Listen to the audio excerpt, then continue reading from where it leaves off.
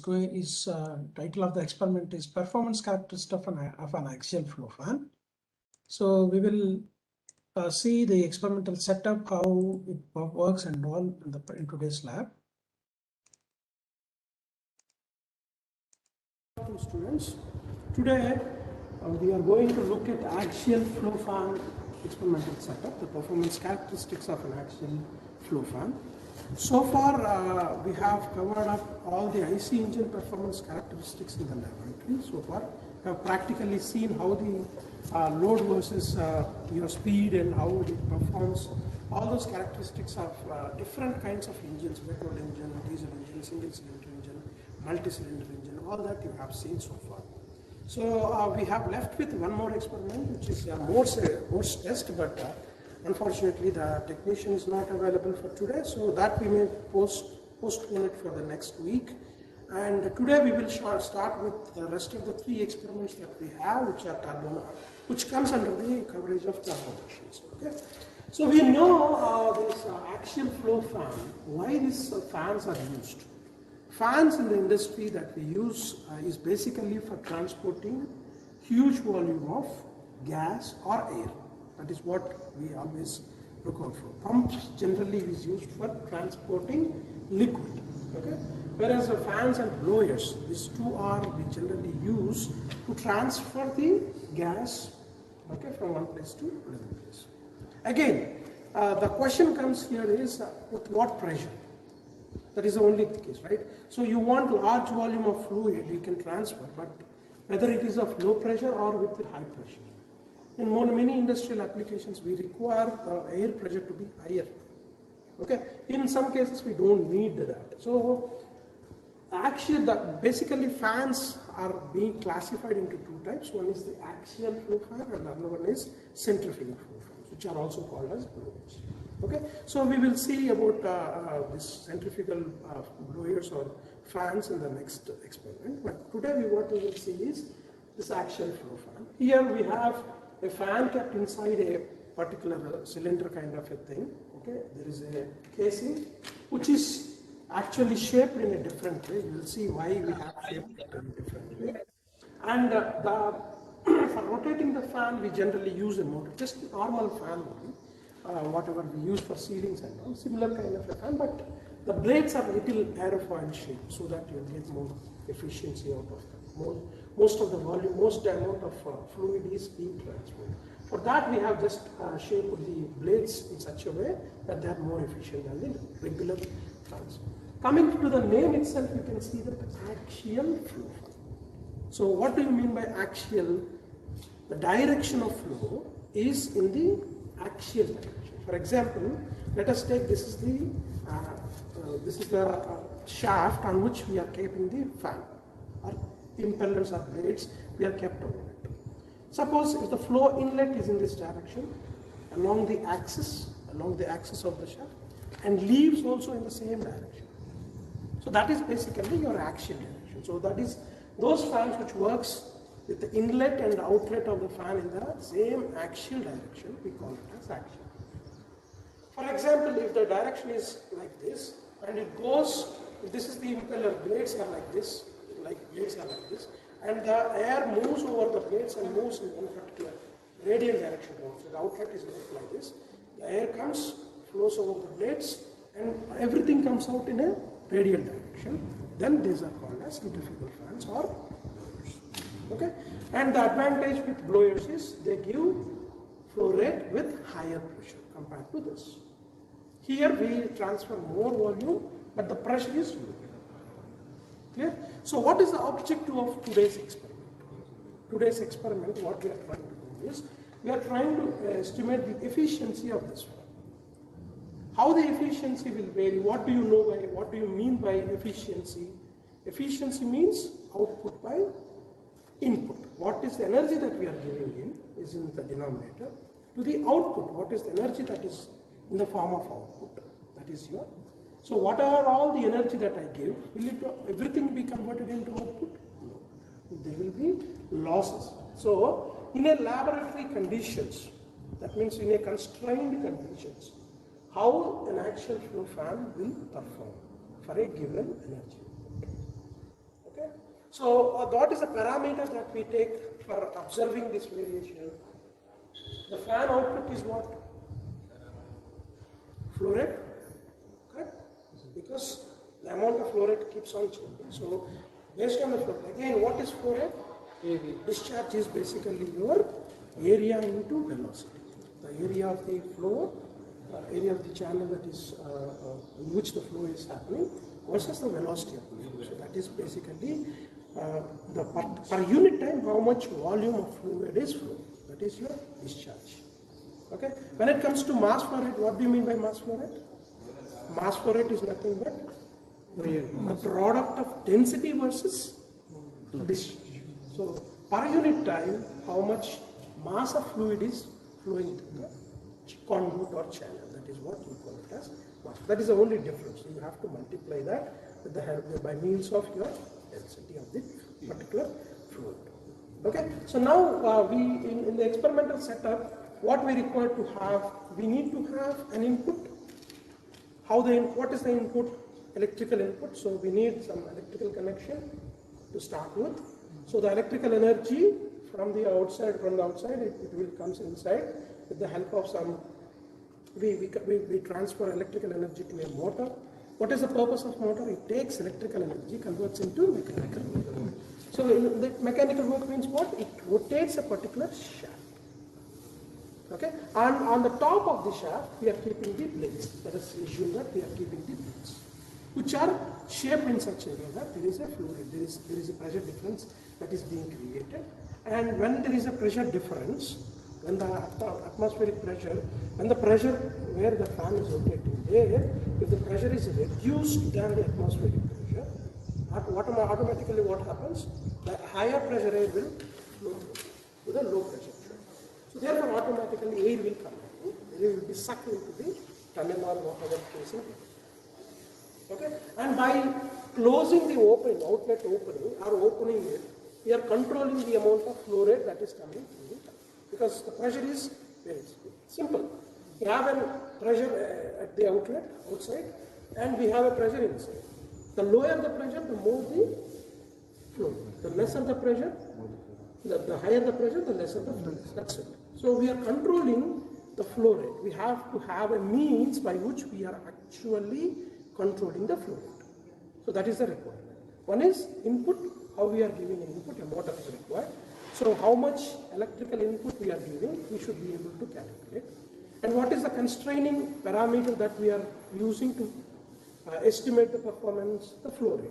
How do you control the flow rate? By means of varying the pressure after the blades. That can be done by means of either closing the complete outlet or just opening completely. So for different openings, we have different pressures after that. So therefore, we will have different flow rates. And when the flow rates are varying, what is the performance? What is the energy that is being converted? With the given input, how much energy is actually converted into useful flow? Okay. So as I told you, Q is what? Discharge is what? Area into velocity. The assumption here is, we are assuming that the velocity inside the tunnel is constant, which is not infinite. Okay. If you take a pipe which is constant cross-section area without anything inside, then you can estimate the velocity to be uniform. But there are rotations and all that, and automatically there will be revolutions or vortex formations, which actually takes out some energy. Okay, it gets wasted. So we try to design the chamber in such a way that the losses are being reduced.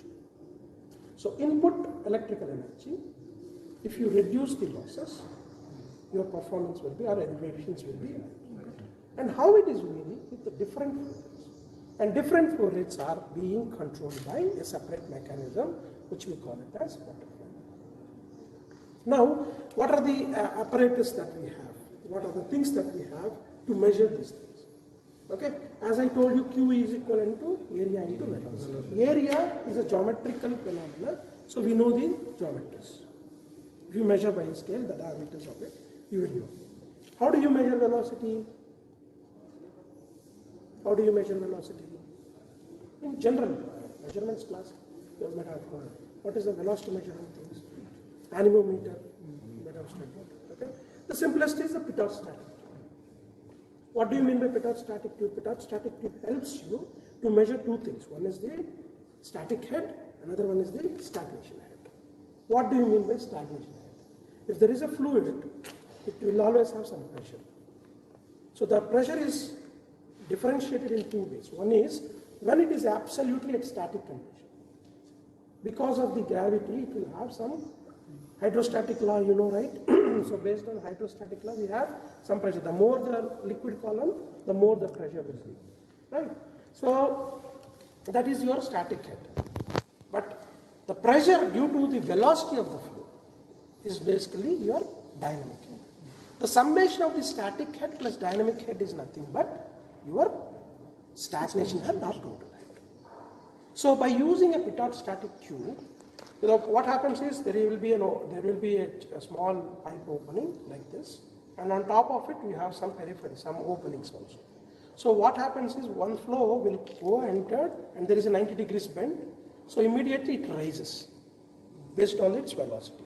So that will give you your total head. Okay, because we are completely bringing the flowing fluid to rest position. So whatever the energy, what energies it will have, pressure energy, kinetic energy and potential energy. So based on that it will raise to particular level. That is its total head.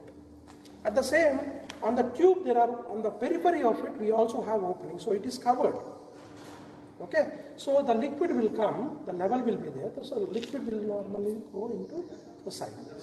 So that will be your static head, because it's already the liquid is in static condition. Because of that, it raised by certain. So the difference of these two will give you dynamic. So we have one means of pitot static tube we have, and that will help us to measure the velocity of the flow. Normally, in an experiment, suppose if you are an experimentalist, you have to measure the velocity at different locations all around this channel. But we have already almost fixed that. So we assume at academic level that it is basically constant, and we just taking that pressure. Okay. So we are finding out. We have a measure. We have a means by which we are controlling the outlet flow. Right. So we have Q, area into velocity we will be finding out. So we are getting the output list, and pressure into that discharge will give you the output energy. Input energy is basically your electrical distribution, how much power you are sending to the motor. And motor is also having some efficiency. So whatever you are giving to the motor, into its efficiency, that means what is wastage, you are taking it out, and what is the useful energy that you are giving to the plates. That is your input power. And for a particular opening at the end, what is the pressure change in between the before the blade and after the blade? What is the pressure difference into the discharge? Will give you the energy at the output. Clear? This is about this experiment. Okay, and the devices we are using is, we have this pitot static tube, and the variation in the velocities you can measure by this particular variation. This is dynamic head, whatever we are trying to find out will give you the dynamic head. Okay, and we also have some U-tube manometers kept in the inclined position over here, and there are two tappings, that means pressure tapping. U-tube manometer, you know, right? So one opening is before this one is before the blade, fan blade, we will see, and another one is after the blade. So it will give you the difference in the liquid levels, will give you the pressure difference, pressure head. It will give the height is in the difference, energy difference. But you see here, whatever the liquid that we are using is water, but what we are finding is the pressure difference of air. So you have to convert that you should not forget. Clear? So these are the two things that we want to measure. Okay? And what is the input if you come over there? So this is the setup. From here. This is the setup that we have. You can see that it is nicely opening like this. See, it's a bell mouth opening shape. Why it is done like this? Why it's not rectangular or a sharp edged one? For smooth flow inside the. So to make the flow go into that smoothly. Sir, why if we not provide this thing like this, what happens is the velocity will not be uniform. Whatever we are measuring, it will not be uniform because it's a sharp edge, therefore we have some roughness on the surface and we have turbulence that will come into picture, and therefore whatever the velocity we are measuring is not an average velocity. Okay, so that's why we have a nice smooth well-mouthed opening, and you can see that there is a stator kind of a thing which you can see here. This is nicely shaped like this, blunt body kind of thing. Why it is provided? When air is coming, you see nicely it will come like this and it flows over it. So that the flow is kind of, we are trying to reduce the turbulence.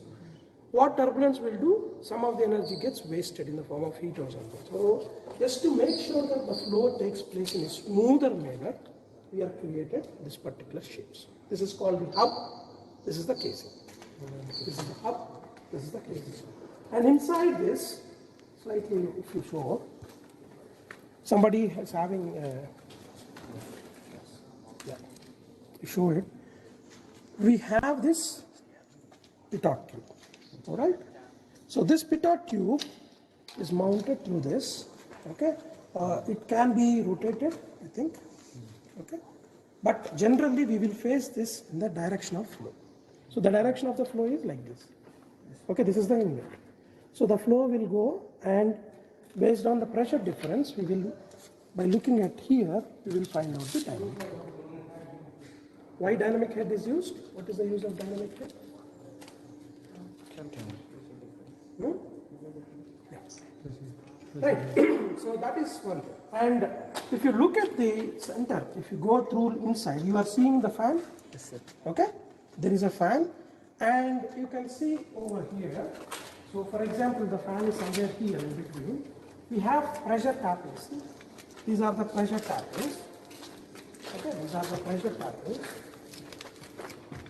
There are two pressure tappings over here. One is connected before the blade. And that tube is going and connecting to one of the U-tube limb one side. And after the blade, we also have another pipe. So the pressure here, it will be measured here. And the liquid and the U-tube manometer, other side is connected here. So what that difference in the manometer, U-tube manometer will give us? It gives us the difference between the stage. Before the blade versus after the blade. What is the pressure, that difference that is created? Okay. This will help us to measure the pressure head. What? Pressure head. Pressure difference. This will help us to. That will help us to, velocity will help us to find out the discharge. Okay. Q, and from that dynamic head we will get the velocity, and that we will use for. So, and again we are coming back towards here. If you see, this is almost uniform cross section. Okay. This is all uniform cross section. After the blades, you can see it's a uniform cross section, and we have this. You can see this. I told you that we need to find out a way for controlling the flow rate. So this opening is meant for controlling the flow rate. Okay. It can be completely closed, it can be opened a little. So we have made a threading arrangement like this. So each thread, it depends on the pitch, how many rotations if you give. So for this, 8 revolutions if you give, it moves by 1 inch. That is 2.54 centimeters or 25 mm, closely 25.4 mm. So first what we do is we will keep it at this opening. Okay. So we will start the motor. Okay. And we are, by moving this what is the controlling parameter? This is the controlling parameter. 8 revolutions, it will move forward. Again another 8 revolutions, it will move forward. Okay, this is the controlling. So based on this, for a given input, how much output is being created? Those are our performance characteristics that we are drawing. Clear? Yes. So we need to have, how do we do the experiment? We'll come to that. How do we do the experiment? So we have this electric connections over here, which is 3 starred electric connections over here. So you have an energy meter specifically designed to measure the input current that we are giving it to the motor.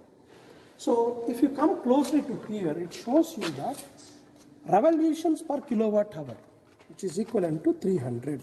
That means when this reader inside the reader, it rotates 300 times. That means what? There is a red color in this. Once we start it, there is a marking, center marking over here. Okay? So once it starts rotating, finish one rotation. Likewise, if it rotates for 300 revolutions, it consumed or it supplied 1 kilowatt energy. That is the meaning of it. So now what we are trying to do is what we will take every 10 revolution for a particular opening of the, show that one, this one.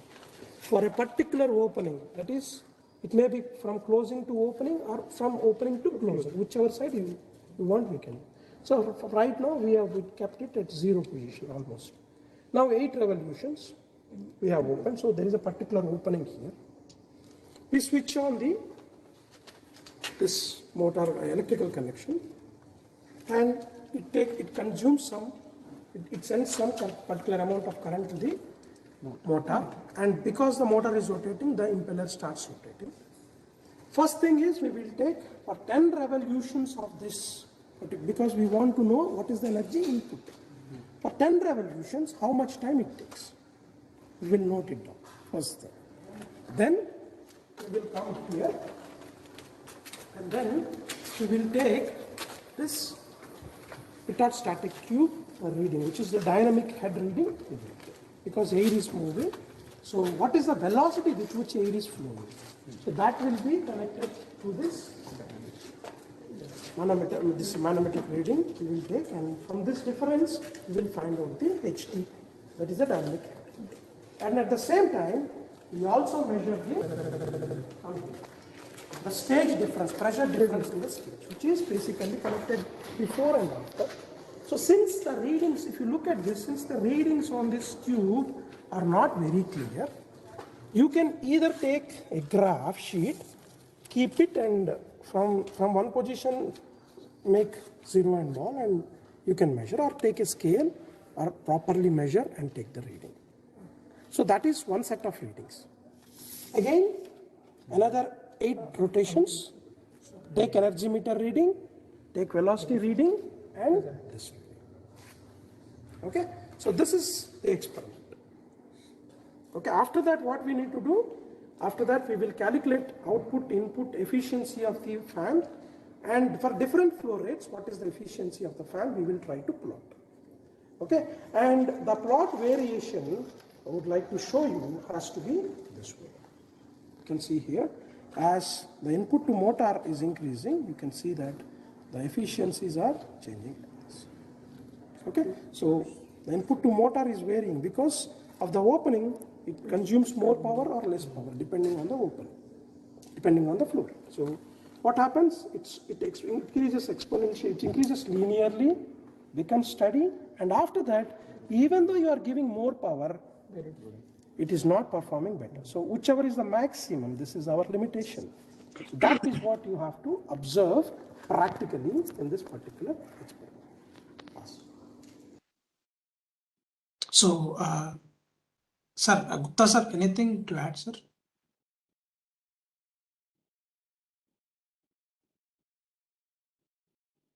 Gupta sir?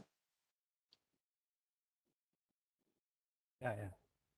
Anything? No problem. If there are any doubts for them, they can Yeah. deal with it. Yeah, if you have any doubts, students, you can ask at this point of time. We'll try to answer any questions regarding to the theory and procedure if you have any doubts.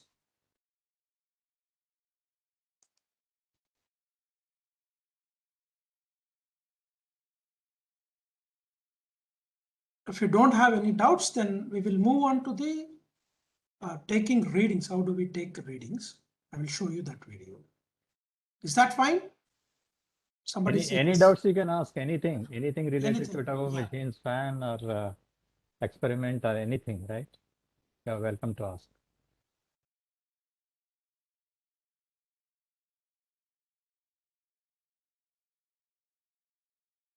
You can continue, sir. Yeah, okay. Sampath sir, I think Yes, you sir. can Yes, sir. continue.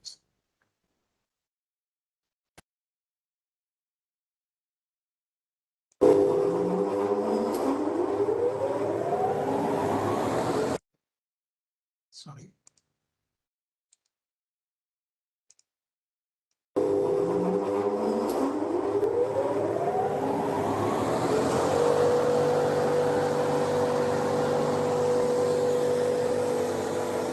So this is the first reading they are taking.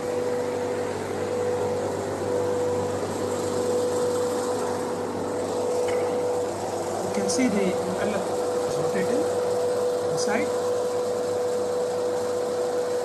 So the blades is rotating inside.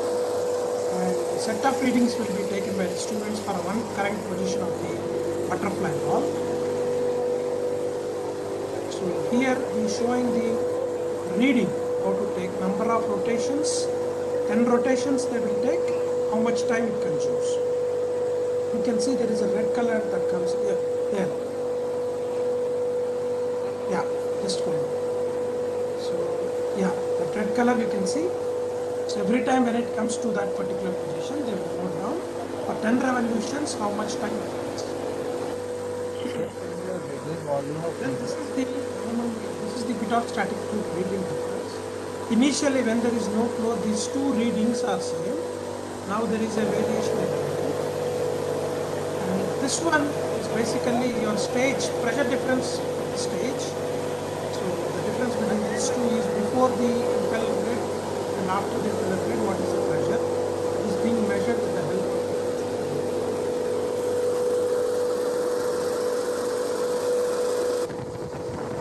now they are adjusting the butterfly ball. They are moving slightly forward by 8 rotations. So according to the technician, 8 rotations will be 1 inch. So again the another reading they are taking.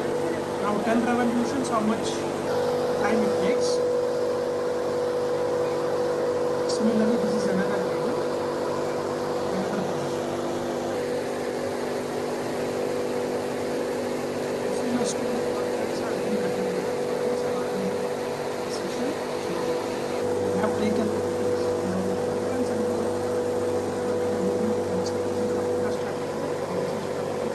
stage pressure difference. Readings given.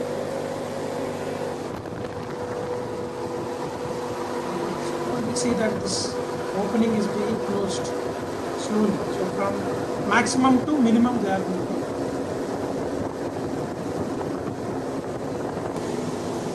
It's almost the closing position.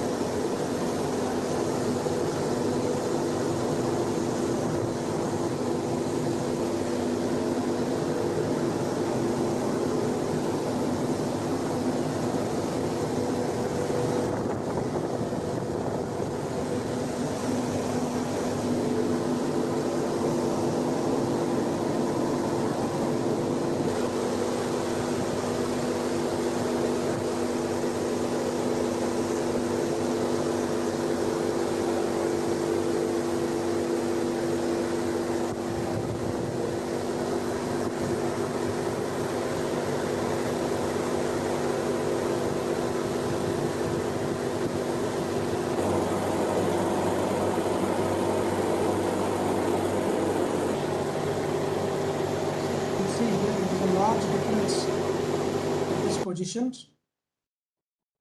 high pressure difference they have observed. So this is how we carry out the calculation part.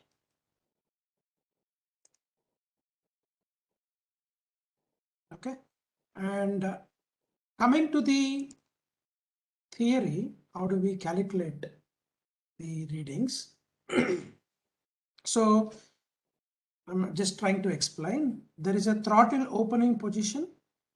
So when you can take whatever way you want, if you say that 0 is the complete closed condition, you can say that from 48 to every time you are reducing by 8 rotations and you are coming to 0. So from closed condition to open condition you can go, or from complete opening to closed condition.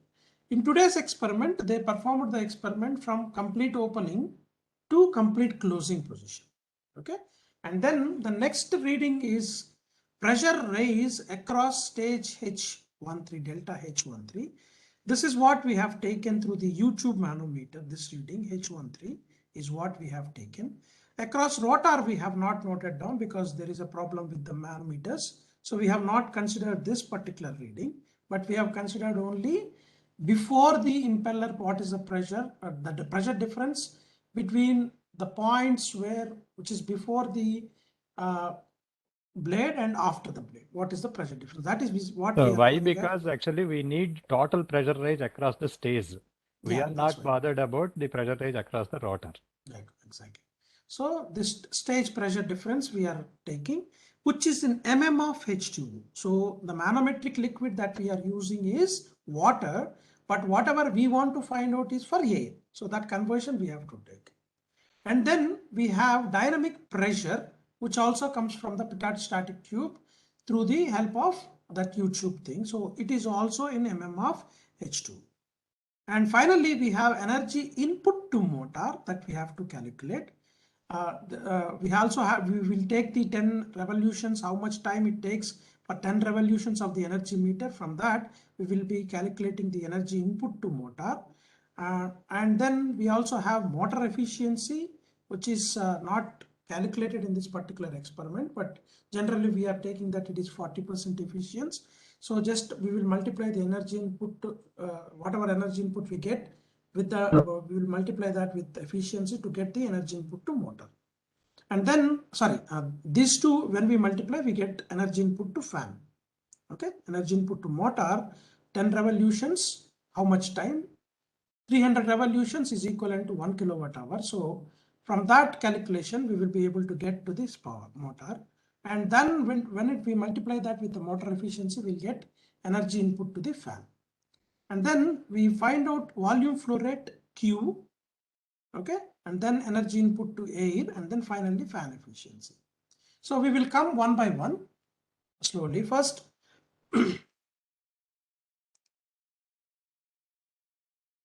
so I'll come from here. You can see here the final thing that we want is the fan efficiency, correct? So fan efficiency is what we want to have. So that will be nothing but energy given to the air, that is whatever the pumping power or whatever the force that is being given by the impeller blades to the air to push the air. So that is the energy given to air. This is nothing but our output, which is also converted in terms of kilowatts, okay, divided by energy input to fan. So this is what we are giving an input, electrical energy, whatever we are giving, which is converted into useful work, into mechanical work, how much we are actually giving that work. So energy input to the fan is given by energy input to motor into motor efficiency. I'll come back to this. So for the time being, you remember that motor efficiency is taken to be 40%. Sir will explain actually how to take the motor efficiency. But for the time being, you assume that this is 40% or 41%. And energy input to motor, we will calculate from the whatever the 10 revolutions, how much for 10 revolutions, what is the time taken. So that if you properly put it into calculation format, it will be nothing something but like this. 300 revolutions per 1 1 hour. kilowatt hour means 3600 joules. 300 revolutions, 3600 joules. Okay. So in that way, you can see 1 revolution equal to 120 joules. 12 joules. Am I right? I mean, we took 10 revolutions. 10 revolutions. So 10 revolutions, 120 joules. So the time taken for 120 joules, I am taking. So per second, you have to take it 120 by T. Okay. So that is the way we get the energy input. Input to motor. So whatever the time that we are getting, that is 120 by T, we will put. So this will come into its motor efficiency, will give you the energy input to fan. That goes here at the bottom. Now we will go on to energy given to air, which is given by the formula, the pressure difference, stage pressure difference into Q. So Q is nothing but your discharge, which is given by the formula area into velocity. Now in the tunnel, you can see that there is a outer casing and inside you also have a hub. So the effective area you have to take, the effective area of flow you have to take, which is basically given by the, if you look at the manual, the readings are, the data is Actually, given to be outer the tunnel radius diameter. 500 mm, outer Sir? radius 500 mm, inner Correct, sir. radius 250 200, mm. 250 mm, sir. So it So is like nothing that. but pi by 4 into 500 minus 250 mm square. So if you put that, you will get the area. And now you need to find out the velocity, correct? So how do you find out velocity? Velocity is given by the formula of square root of 2 into gravity into the manometric head of air. Okay, but whatever we are getting from the pitot static tube is measured in terms of what? In terms of water. Water. So the formula, conversion formula is rho m, that is manometric fluid density into the manometric head of that manometric fluid is equivalent to density of air into manometric head of air. So since delta HD is taken in terms of mm of H2O, we are dividing it by 1000. For rho m, we know that it's 1000 kg per meter cube. So this will go. So we need to find out what is the density of air. Density of air will come from the ideal gas equation like PA by RT, where R is 287, T is the absolute temperature, ambient temperature taken in absolute scale, and pressure, the ambient pressure we will take. So it will come around 1.81 kg per meter cube. So now HA is nothing but delta HD by rho A. So you are getting HA here, and this HA, when you substitute into this expression, you will get the velocity.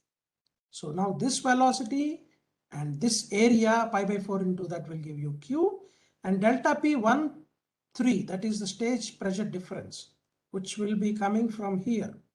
Okay, so this difference, if you convert in terms of air, that will be used to find out the energy input to the energy given to air, which comes in watts. To convert into kilowatts, we divide that by 1000. Okay, so that we will get energy given to air. So once you find out that fan efficiencies, you have to draw the graphs. First one, we are not taking the static pressure rise, so we will not draw that graph. First one is fan efficiency versus volume flow rate. Fan efficiency is this. Okay, from this value we will draw one plot. Energy input to the motor to the volume flow rate, and third one, energy given to the air to the volume flow rate. So these are the three graphs that we will draw, and we will understand, if by looking at the graphs we will try to understand how they are related, what happens when the volume flow rate is varying. Apart from that, we have also given some questions here. So please go through these questions and answer them properly. These are all well thought of questions which will help you to understand the concept much better. So please don't copy that, everyone, and please don't put that the same answers. Just look at different textbooks and try to understand the various characteristics of these centrifugal or axial flow fans, differences, compressor versus fan, which one is more efficient. There are nice questions have been posed. Please try to answer them. Okay. And can any one of you send me the actual readings? Those who have attended in the morning, I will share that in the now itself. If you can send me through email. Sir, I have sent it you in WhatsApp. Did you send it in WhatsApp? Yes, yes. Gupta sir, meanwhile, if you want to add, please add in something, anything. So any doubts you ask, sir will answer. In the meanwhile, I will put the readings to you.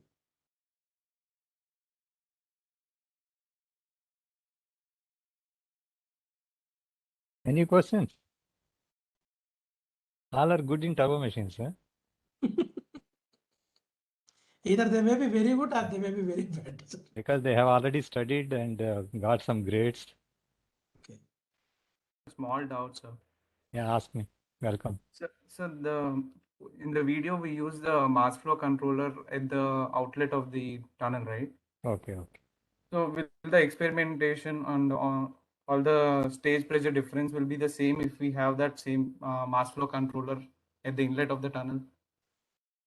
No, if I change the volume flow, the pressure will change because the power input is equal to pressure ratio into volume flow. Always these are inversely related. If I increase the flow rate, pressure ratio will decrease. If I decrease the flow rate, pressure ratio will increase. Irrespective of where we position the mass flow controller, Yeah. we'll get the same thing. Okay. Yeah.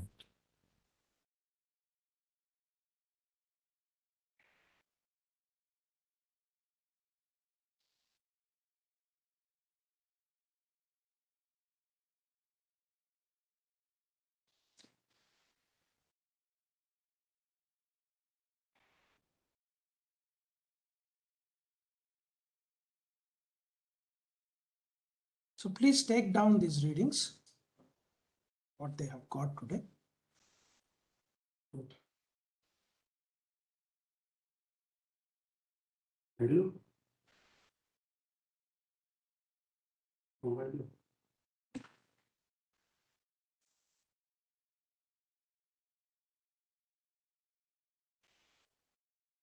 Or I will keep this image in the folder that I will share with you.